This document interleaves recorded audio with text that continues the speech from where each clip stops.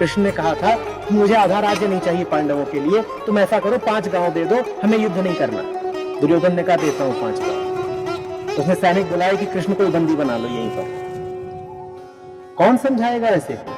अर्जुन को कोई युद्ध की निस्सारता थोड़ी ही दिखने लगी थी, उसके भीतर तो स्वजनों का मोह उठने लगा था। अब एक तरफ है धर्म और दूसरी तरफ है मोह, क्या चुनोगे?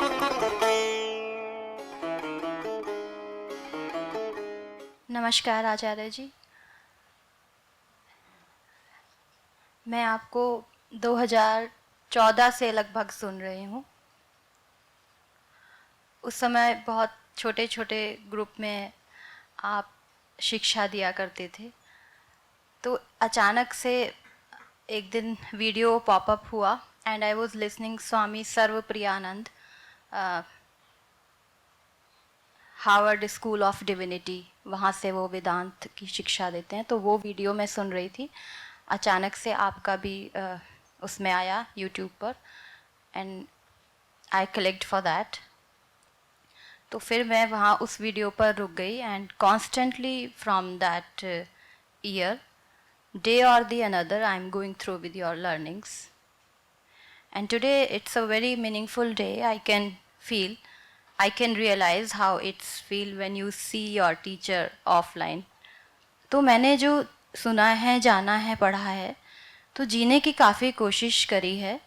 और जो संघर्ष जीवन में आते रहते हैं रिश्तों को लेकर, और रिश्तों को लेकर अमूमन बहुत ज़्यादा संघर्ष रहते हैं लोगों के जीवन में।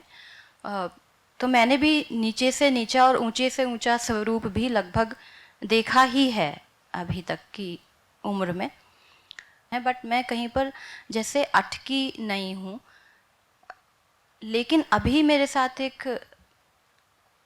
मैंने अपने पिता को शरीर रूप में खोया है और यहाँ पर मैं अपने आप को despite of all the cognitive realisations, यहाँ पे मैं अपने आप को असफल पा रही हूँ। आई am not getting out of the things और I'm trying to recollect myself though, and as well as I am a psychologist too. The thing is here, irony. बहुत अच्छे से मैं CBT और cognitive reinterpretations लोगों को देती हूँ and they work as well. मैंने भी हमेशा अपने ऊपर उनको लागू किया है, बट यहाँ पर मैं फेल्योर फील कर रही हूँ। इतना ज़्यादा सब्जेक्टिव क्यों हो जा रही हूँ, जबकि कॉग्निटिव लेवल पर मुझे सब मालूम है कि ये तो सत्य है और तो सभी के साथ होता है, सभी को जाना है, but feelings and reactions I am not able to combat of. ये लगभग 1 महीने से ज़्यादा हो गया है और जैसे मैंने अपना फोकल पॉइंट खो दिया है। मेरी सेल्यूलर मेमोरी पापा के उस रूप को भूल नहीं पा रही है और मैं आगे नहीं बढ़ पा रही हूँ।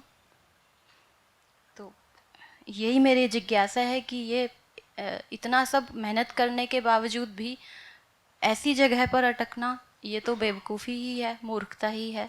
फिर क्या सीखा है? ये प्रकृति है, ये प्रकृति है। आपका अपने पिताजी से प्राकृतिक रिश्ता है और प्रकृति को अधिकार है कि वो अपनी व्यवस्था के अनुसार काम करे और उससे संबंधित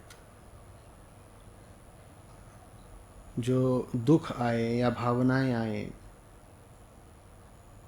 उनका अधिकार छीनना नहीं चाहिए। कोई निकट संबंधी हैं, वो नहीं रहे, आपने एक प्राकृतिक उनसे संबंध रखा था, उनके शरीर से आपका शरीर आया है, तो उसी शारीरिक व्यवस्था के कारण आप में दुख के भाव भी आएंगे ही आएंगे। मैं कह रहा हूँ ये उन भावों का अधिकार है, वो आएंगे। अपने पिताजी के साथ आपने आत्मीयता का जीवन भर एक संबंध रखा है, उसी संबंध ने इन भावनाओं को अधिकार दिया है प्रबल वेग से आने का। ये आएंगी। अभी जो शोक की, दुख की भावनाएं हैं, या कुछ खो गया, कुछ नुकसान हो गया, कुछ मिट गया, ऐसी जो भावना है, वो भावना यूं ही नहीं आ रही। मैं कह रहा हूँ वो भावना अपने हक का इस्तेमाल करके आ रही है। हम अपने निकट लोगों के साथ जैसा जीवन जीते हैं, वो जीवन ही अधिकार दे देता है बाद में दुख और शोक की भावनाओं को प्रकट होने का। तो ये भावनाएं आएंगी, इनको आप रोक नहीं सकती, आप कुछ और कर सकती हैं। वेदांत आपको प्रकृति को रोकना नहीं सिखाता, वेदांत आपको प्रकृति से परे जाना सिखाता है। परे जाना, और परे जाने का अर्थ है कि प्रकृति अपना काम करे, उसके अतिरिक्त आप अपना काम करते रहिए। प्रकृति को उसका काम करने से आप रोक नहीं सकती। ये जो दुख क्षोभ की भावना है, आप नहीं रोक पाएंगी। ये एक तरह का कर्मफल है, इसको बर्दाश्त करना होगा। आप ये कर सकती हैं कि दुख कितना भी रहे, भावनाएं कुछ भी कहें, जो उचित है वो आप करती चलिए। उदाहरण के लिए, आप एक प्रैक्टिसिंग साइकोलॉजिस्ट हैं, आप अपना काम मत छोड़िए। आप दिन भर में कुछ और भी सार्थक काम करती होंगी अपने व्यवसाय के अतिरिक्त, आप उनको भी मत छोड़िए। आप कहिए कि ये दुख मौजूद है तो मौजूद रहे, इस दुख के साथ भी मैं वो करती रहूंगी जो मुझे करना है। दुख का अधिकार है मौजूद रहना। अगर मुझे दुख बिल्कुल नहीं चाहिए था तो फिर मुझे वैसे संबंध भी नहीं रखने चाहिए थे जैसे मैंने जीवन भर रखे। जैसे मैंने संबंध रखे, जैसा मेरा जीवन दर्शन रहा है, दुख तो उसके परिणाम के तौर पर आना ही है। विशुद्ध आध्यात्मिक प्रेम का संबंध तो पिताजी से नहीं रहा होगा, किसी का भी नहीं रहता।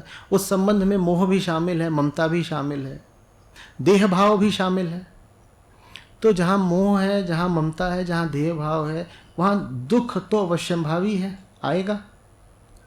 तो उसको तो अब पुराने जीवन का चाहे कर्मफल मान लीजिए, चाहे प्रसाद मान लीजिए, उसको तो आपको बर्दाश्त करना होगा। हम कह रहे हैं प्रकृति से परे चले जाओ। प्रकृति आपको जो कुछ दे रही है वो तो आपको मिलेगा ही मिलेगा। जैसे प्रकृति से आपको देह दी है, इस देह में तमाम तरह की गतिविधियां होती हैं, आप उनको रोक नहीं सकती। आप अभी भी मुझसे बात कर रही हैं तो हृदय धड़क रहा है, शरीर और न जाने कितनी तरह की गतियां कर रहा है, उन्हें कौन रोक सकता है। हाँ, आप उन गतियों से निरपेक्ष होकर के अभी शायद इस चर्चा को ध्यान दे रही हैं, है ना। ऐसे जीना है। प्रकृति अपनी गति कर रही है, हम अपनी गति कर रहे हैं। प्रकृति यदि समय के इस पल में दुख देना चाहती है तो दुख हमें लेना पड़ेगा। ये ऐसी सी बात है जैसे हिसाब चुकाया जाता है। कहीं से कुछ भोगा है तो हिसाब तो चुकता करोगे ना। दुख हिसाब चुकता करने जैसी चीज है, तो वो हिसाब आप चुका लीजिए। लेकिन इतना बड़ा नहीं हो जाना चाहिए दुख कि वो आपको आपके कर्तव्य से ही विमुख कर दे। आप कह दें कि अभी तो शोक काल चल रहा है, और शोक काल कई लोगों के 10-10, 20-20 साल भी चल जाते हैं, क्योंकि शोक भी एक नहीं होता और एक ही प्रकार का नहीं होता। शोक भी श्रृंखलाबद्ध होके आते हैं, कभी छोटा, कभी बड़ा, कभी इस दिशा से, कभी उस दिशा से, कभी मानसिक, कभी भौतिक, कभी शारीरिक, कभी आर्थिक। तो ये सब लगे रहेंगे, इनके साथ आप अपना काम करती रहिए। कोई तरीका नहीं है कि आपको कहा जा सके कि ऐसा कर लीजिए तो दुख कम हो जाएगा। वो आपके हाथ की बात ही नहीं है। कोई आपसे कहे कि ऐसा कर लो दुख कम हो जाएगा, वो ऐसी सी ही बात है कि आपको महीना बीतने के बाद कोई कहे कि ऐसा कर लो तो बिजली का बिल कम हो जाएगा, महीना तो बीत गया, अब जितना बिल आना है वो तो आएगा ही आएगा। हाँ, आगे का आप कम कर सकते हैं, वो अलग बात है। तो जितना बिल आना है वो आएगा। शोक एक प्रकार का भुगतान होता है। मैंने कहा हिसाब बराबर करने की बात है। जो चीज आपको भोगनी थी वो आप भोग चुके हो, अब भुगतान तो करोगे ना, वो दुख है।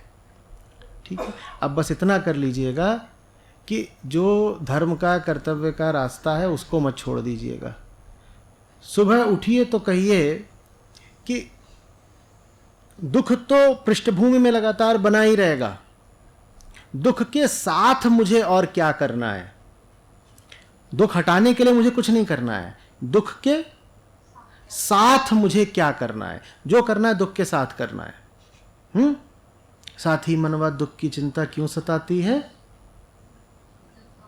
दुख तो अपना साथी है, तो साथ रहेगा ही रहेगा। जैसे सांस साथ है, ये सांस क्या दुख है, ये सांस दुख है, तो जैसे सांस रहती है दुख ऐसे ही रहेगा। प्रश्न ये नहीं है कि दुख है या नहीं है, प्रश्न ये है कि दुख के अलावा क्या है आपके पास। दुख तो सबके पास है। तो दुख की चिंता छोड़िए, दुख तो अपना साथी है। दुख के अलावा जीवन को सही रखिए। फिर अगर जीवन सही है तो ऐसा भी होता है कि धीरे धीरे दुख भी कम हो जाता है। जब तक कम नहीं हो रहा तब तक कम से कम जीवन को सही रखिए। देखिए, जो दोष बताए गए हैं अध्यात्म में, हमको ये पता होता है कि काम क्रोध मद मोह यही सब दोष होते हैं। शोक भी एक दोष बताया गया है, शोक भी एक दोष है।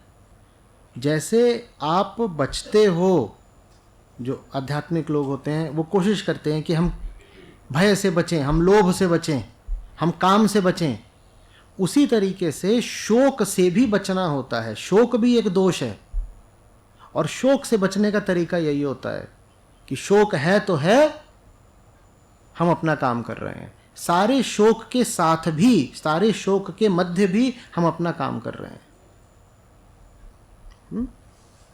ऐसी उम्मीद बिल्कुल मत रखिएगा कि दुख एकाएक कम हो जाएगा, नहीं होता। I am doing my duties like mechanical way. जैसे किसी ने चाबी भर दी हो and you are doing your all the given duties, even chosen duties as well, but still back of the mind something is hanged. वो इसलिए है क्योंकि अहम शोक के साथ जुड़ना चाहता है, ड्यूटीज के साथ नहीं। तो ड्यूटीज को कहता है मैकेनिकली चलने दो, यंत्रवत जो अपना कर्तव्य है वो चल रहा है, और मन कहाँ जाके जुड़ गया है, दुख के साथ। उसको थोड़ा सा बदलिए, दुख रहेगा, मन को कहिए दुख के अलावा थोड़ा सा कर्तव्य की ओर भी ध्यान दे लो। शोक तो है और हम शोक का सम्मान करते हैं और हम कह रहे हैं शोक का अधिकार है रहने का, पर थोड़ा ध्यान जरा सा कर्तव्य की ओर भी दे लो, बस ऐसे। और कड़ी रहिए, मजबूत रहिए। ये ऐसी सी बात है जैसे जैसे किसी ने आपके सर पे बोझ रख दिया है और सर से बांध दिया है, बहुत सारा बोझ रख दिया है, खुल नहीं सकता, उतर नहीं सकता। चलना तो लेकिन है ना, चलेंगे जरूर, बोझ के साथ चलेंगे, चलना नहीं रोक देंगे। बोझ है और हम उतार नहीं सकते, क्या करें। ये कुछ हिसाब है प्रकृति का, वो बराबर कर रही है, उसने हमें ये दे दिया, आप सर पे बोझ रख दिया, उतार नहीं सकते, ठीक है रख दो बोझ, हम बोझ के साथ चलेंगे। Thank you so much, thank you. Acharya ji चरण स्पर्श। मेरा नाम विकास है। पिछले साल मैंने अपने पिताजी को खो दिया और उसके बाद से परिस्थिति बस काफ़ी समय अकेले गुजारना पड़ा मुझे। और आपसे मतलब ऐसा लगाव हो गया है कि बिना सुने रहा नहीं जाता। लगातार आपको सुनता हूँ, अपने तरफ से कोशिश होती है कि हाँ आपकी बातों को अपनी ज़िंदगी में उतार पाएँ। एक चीज़ छोटे मुँह में फिर भी कहना चाहूँगा कि आप जैसे कहते हैं कि कबीर साहब को आप अंतिम समय में अपना सुनना चाहेंगे, तो अब कुछ ऐसा हो गया है कि लगता है कि मैं भी आपको सुनता ही रहूं। मैंने मतलब विशेषकर पिछले 1 साल में जो झेला है, उसके बाद से मुझे जो समझ में आया कि हाँ, कभी कभी हम अपनी जो भावनाएं भी होती हैं उनको सही नाम नहीं दे पाते हैं। जैसे विशेषकर कोरोना आया और उससे बचने की कोशिश में कभी क्रोध आया, कभी अशांति हुई, लेकिन मूलतः मैं देख पा रहा हूँ कि डर ही तो था। जितना ही बचने की कोशिश करी या परिवार को बचाने की कोशिश करी, उतना ही उसमें और उलझते चले गए। तो अब मेरी माँ हैं, ज़िंदगी भर काफ़ी वो पूजा पाठ ये सब चीज़ों में काफ़ी उन्होंने अपना समय बिताया है। और उनके शब्दों में कहूँ तो उनका कहना है कि कभी विश्वास नहीं था कि मुझसे पहले चले जाएंगे, मतलब मेरे पिताजी। तो आपकी बातों को मैं समझ रहा हूँ। मेरा प्रश्न ये है कि जैसे कि आप जो बातें कहते हैं काफ़ी कुछ समसामयिक होती हैं, काफ़ी कुछ किताबों से संबंधित होती हैं, उपनिषदों से, वेदांत से उनसे संबंधित होती हैं। तो बहुत सारे ऐसे लोग हैं जो कि उम्र के उस पड़ाव पे हैं जिन्होंने मतलब बहुत समय गुजारा नहीं है धार्मिक ग्रंथों के साथ, उनकी पूजा ही करी है, उनका अध्ययन हुआ या उस पर जो स्वाध्याय हुआ, ये सब काम किया नहीं है बहुत। और शायद उनके मन में एक हिचक भी रहती है कि हम किसी से पूछें। मेरे मन में भी ये हिचक रहती है कि मैं अपनी तरफ से कुछ कहूँ तो क्या उन्हें और बुरा तो नहीं लगेगा, क्योंकि जो घटना हो चुकी है इससे ऑलरेडी उनके मन में काफ़ी चोट है, जो कि सब कोई यही मानते हैं कि हाँ कुछ तो गड़बड़ हुई होगी तभी तो ऐसा हुआ है। तो बिना और चोट पहुंचाए, बिना उसमें मतलब इस राह पे कैसे उनको आगे और प्रेरित किया जाए, ये मेरा प्रश्न है।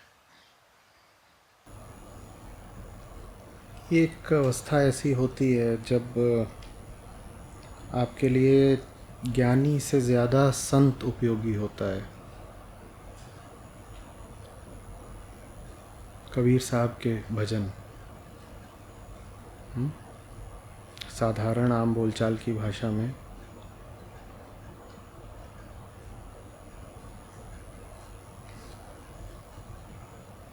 सरल भी हैं, उनसे संबंध भी बैठा पाएंगी और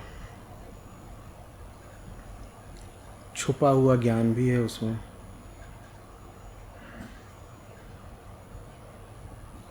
और जैसा उन्होंने पूजा पाठ का जीवन जिया है उससे भी भजनों का नाता आसानी से बैठ जाएगा। तो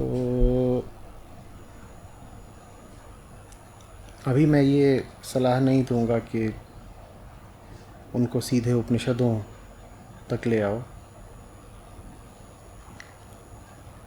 वेदांत का ही मर्म संतों की वाणी में उपस्थित है। तो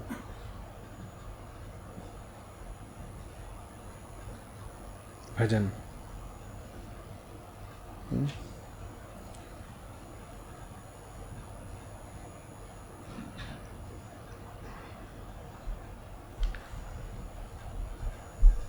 किसी समय पर अगर अनुकूल लगे तो उनको लेकर के आना। अगर आपको लगे कि सुन पाएंगी या सुनती हैं तो उनसे कुछ 2 बातें कहना चाहूँगा। नहीं आ सकती तो ऑनलाइन भी बात करा सकते हो, लेकिन वो भी तभी करना जब उनकी तरफ से कुछ सहमति दिखाई दे।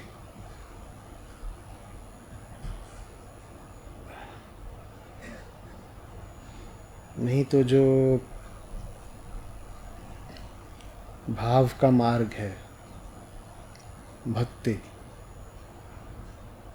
वो उनके लिए ज़्यादा अनुकूल होगा।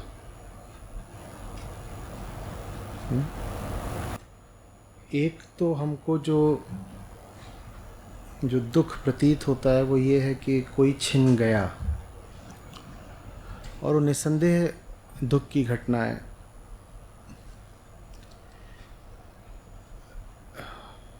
लेकिन जो बात हम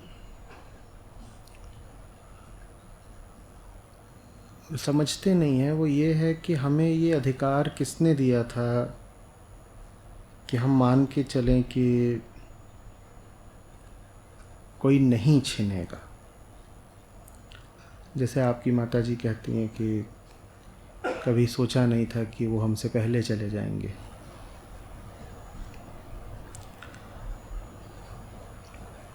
मृत्यु को हमें आम बोलचाल की और रोज़ की चीज़ बनाना चाहिए। हम उसे दूर की चीज़ बना लेते हैं। है वो दूर की चीज़ नहीं, वो है बिल्कुल निकट की चीज़। वो निकट की चीज़ फिर जब झपट्टा मार देती है तो हमें सदमा लग जाता है, क्योंकि हमने कभी सोचा नहीं होता है कि वो इतने निकट थी। उसे इतनी दूर का बनाइए मत। आम बोलचाल में, आते जाते, हंसी मजाक में भी मौत का जिक्र करते रहिए, क्योंकि वो एकदम अगल बगल है या सर के ऊपर है, तलवार की तरह लटक रही है। उसकी बात न करके हम उसके वार को अपने लिए और दुखदाई बना लेते हैं। वार वो कभी भी करेगी।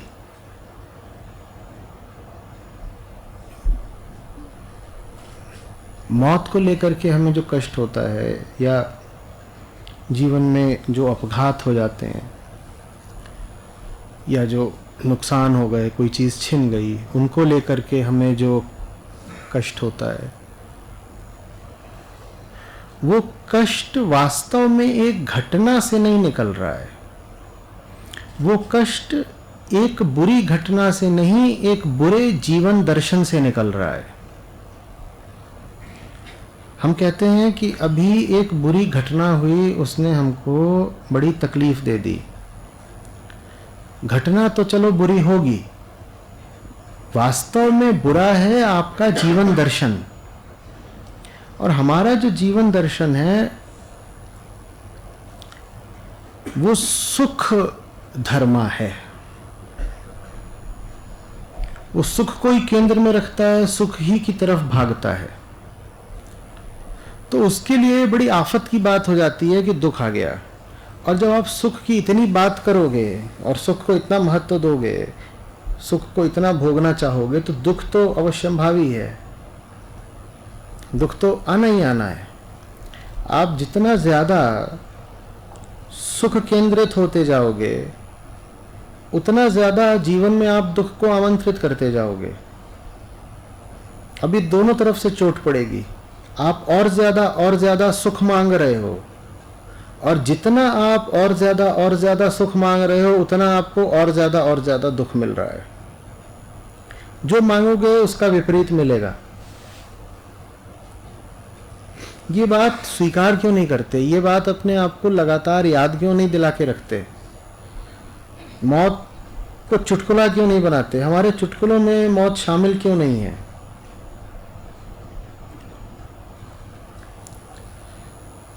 गंभीर नुकसान हो गया, ये बात हमारे लिए हंसी मजाक की क्यों नहीं है? ये बात हमें एक थपेड़े, एक झटके, एक सदमे की तरह क्यों मिले? हम उस बात के लिए पहले से तैयार क्यों नहीं हैं? तैयार इसलिए नहीं है क्योंकि जीवन दर्शन बड़ा रुग्ण है। उस जीवन दर्शन के केंद्र में ये प्रश्न ही कहीं नहीं कि मैं कौन हूं। वो जीवन दर्शन केंद्र में रखता है मैं सुखाकांक्षी हूं, मुझे सुख चाहिए, मुझे मजे करने हैं। कभी स्थूल, कभी सूक्ष्म, कभी शारीरिक, कभी मानसिक, कभी कैसे। जिसने ये याद रख लिया मैं कौन हूं, वो जी उठता है, क्योंकि मौत उसके लिए बड़ी सुपरिचित चीज हो जाती है।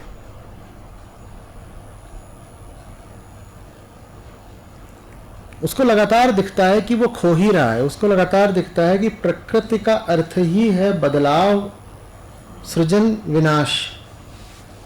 इसमें कौन सा स्थायित्व? ऐसा नहीं कि फिर उस पर मृत्यु जैसी घटना कोई चोट नहीं करेगी, पर कम हो जाएगी चोट। और ऐसा नहीं कि उसका बाकी जीवन वैसा ही रहेगा जैसा सदा से था, बस उस पर मृत्यु का असर नहीं पड़ेगा, पूरा जीवन ही बदल जाता है।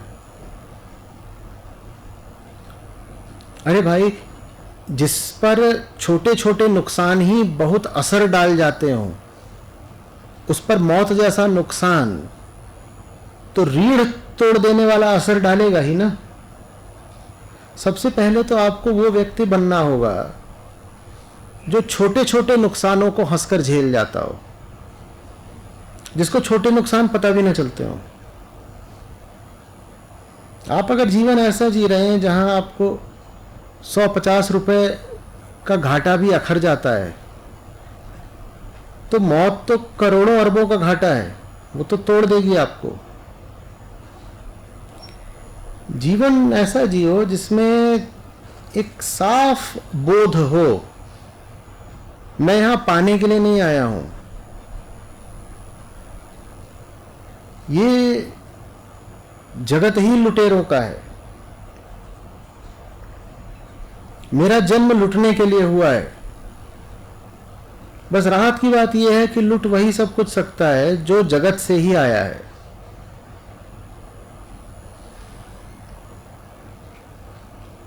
जो कुछ संसार दे रहा है उसके अतिरिक्त कुछ कमा लूं तो धन्य हो गया, और जो संसार से मिला है उसको बचाने की कोशिश करते रहना मूर्खता है। बल्कि मुझे तो लगातार याद रखना है कि संसार से मुझे ये मिला, ये मिला, ये मिला, मुझे इसको अपना नहीं मान लेना है। ये गया, फिर तमाम तरह के नुकसान जिसमें मृत्यु शामिल है वो थोड़ा सा कम दुख देते हैं। फिर जब कोई आपको बताता है, मान लीजिए कि आपके पास जीने के लिए सिर्फ 3 ही महीने हैं, तो आपको उतना सदमा नहीं लगता, आपको ये बात एक तथ्य की तरह लगती है। अच्छा 3 महीने हैं, तो अब जरा देखूं इन 90 दिनों में क्या करना है, क्योंकि आप पहले से ही तैयार होते हो। और हम सबको पहले से ही तैयार रहना चाहिए। ये बात अच्छे पालन पोषण और अच्छी संस्कृति का हिस्सा होनी चाहिए कि प्रत्येक व्यक्ति मृत्यु के लिए प्रतिपल तैयार है। और वो तैयारी सिर्फ तब हो सकती है जब आप देख रहे हो कि मृत्यु तो प्रतिपल घट ही रही है। मृत्यु का अर्थ है छिनना, मृत्यु का अर्थ है अस्तित्व का अनस्तित्व हो जाना, और वो बात तो लगातार हो ही रही है। जो अभी है वो थोड़ी देर में नहीं है। कौन बच सकता है मौत से?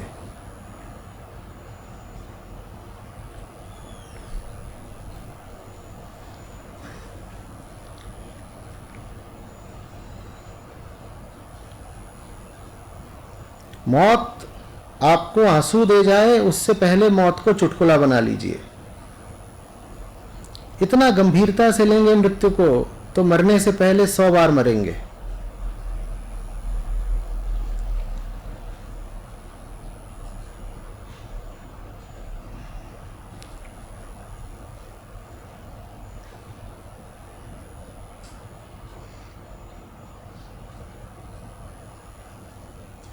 अभी क्रांतिकारियों के विषय में पढ़ रहा था।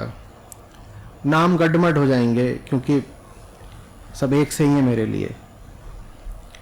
तो भगत सिंह थे, सुखदेव थे, राजगुरु थे, उनको ले जा रहे हैं अभी फांसी देने के लिए। उनके पास आए देखने क्या कर रहे हैं, चलो भाई तुम्हारा फांसी का समय हो गया। वो कसरत कर रहे हैं, वो कसरत कर रहे हैं। इसे कहते हैं मौत को चुटकुला बनाना। उनको लेने आए हैं, चलो फांसी देनी है। बोल रहे हैं अरे रुक जाओ, अभी कसरत पूरी हो जाने दो।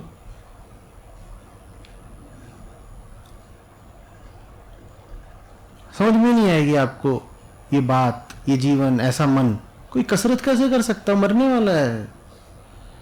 वो उनको ले जाने आए हैं, वो गीता पढ़ रहे हैं और जिस पन्ने को पढ़ रहे हैं उसको मोड़ दिया। पन्ने को मोड़ा इसलिए जाता है कि जब दोबारा पढ़ें तो पता चलेगा। वो पूछ रहे अब काहे को मोड़ रहे हो, तुम्हारी फांसी है। तो किसने कह दिया कि हम मर जाएंगे? ये जवाब है।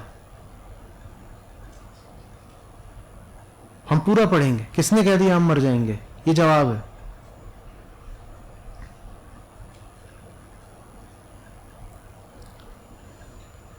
वहां खड़े हुए हैं तीनों, उनको फांसी दी जा रही है। तो वहां पे जो अंग्रेज आया था, एक बुलाया जाता है अफसर जो खड़ा रहेगा फांसी के समय और फिर वो सत्यापित करता है, सर्टिफाई करता है कि हाँ भाई इनकी मौत हो गई। तीनों उसको देख के आपस में हंस रहे हैं कि ये देखो गोरा यहाँ खड़ा हुआ है, कितना बेवकूफ लग रहा है। और उसका मजाक भी बना रहे हैं और बोल रहे हैं ये देखो तेरी बहुत बड़ी किस्मत है, तू हम जैसों को देख रहा लटकते हुए। उसको समझ में नहीं आ रहा गोरे को मुंह कहां छुपाऊं। आमतौर पर जो लटक रहे होते हैं, कोई बेहोश हो गया होता है, कोई रो रहा होता है, कोई माफी मांग रहा होता है। ये मेरा मजाक उड़ा रहे हैं, खिल्ली उड़ा रहे हैं उसकी। फिर वो लटकाने के लिए काला नकाब पहनाया जाता है, बोल रहे हमें नहीं पहनना, हम तो जब लटकेंगे तो तू हमारी शक्लें देख, हम लटकते हुए भी मुस्कुरा रहे होंगे, तू देख।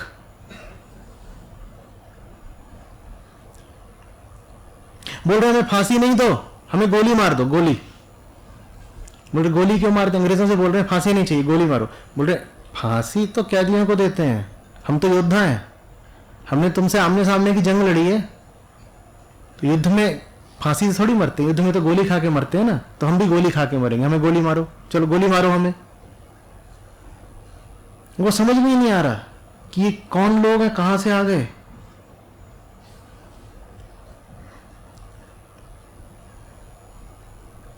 पूछ रहे मर क्यों रहे हो भाई, क्यों मर रहे हो, तुम्हें जरूरत क्या पड़ी है कि जा करके बम फेंक आए, फिर आत्मसमर्पण कर रहे हो, भाग का ही नहीं गए, बम फेंक भी दिया तो। बोले मरना जरूरी है, ऐसे ही थोड़ी मर रहे। मजे की बात सुनो, बोल रहे अभी हमारी उम्र कम है और अभी हम देश भर के लिए आदर्श हैं, अभी कोई नहीं कहता कि हमारे चरित्र में कोई खोट है। ज्यादा जिएंगे तो जैसे सबके जीवन के गुण दोष प्रकट होकर के आते हैं जनता के सामने, हमारे भी जीवन के कुछ गुण दोष जनता के सामने आ जाएंगे, फिर हम उतना ऊंचा आदर्श नहीं रह जाएंगे। अभी अगर हम मर गए तो देश भर के करोड़ों जवानों लोगों को बिल्कुल अनुप्रेरित कर जाएंगे, तो अभी मर जाए ज्यादा अच्छा है। ये अपने मरने की बात कर रहे हैं या गाजर मूली काटने की बात कर रहे हैं? जैसे कोई चर्चा करता है कि आज रात के खाने में क्या बनाना है, वैसे अपने मरने की बात कर रहे हैं। देखो ऐसा करते हैं, मर जाते हैं। अगर मर जाएंगे तो देश भर में क्रांति की लहर फैल जाएगी। अपने बारे में इतने निर्वैयक्तिक तरीके से बात, जैसे अपनी मौत की नहीं बात कर रहे हो,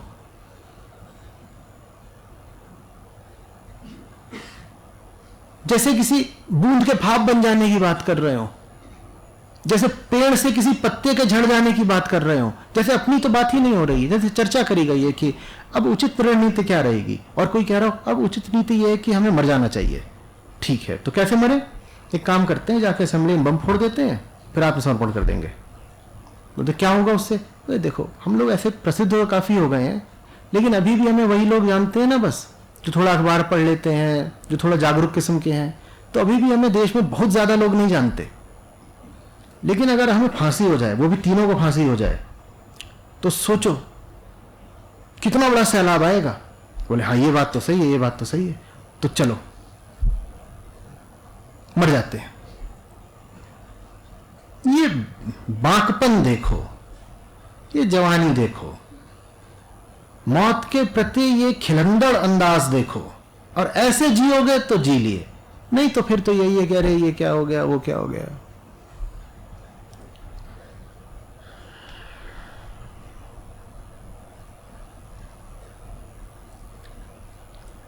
और मुझे मालूम है ये बहुत ऊंचा आदर्श है, ये नहीं आसान है, नहीं सबके लिए संभव है, लेकिन फिर भी इसका उल्लेख करना आवश्यक है ना। नहीं तो हमको ऐसे ही लगता रहेगा हाँ मौत, अरे मौत आ गई, क्या करें क्या करें क्या करें।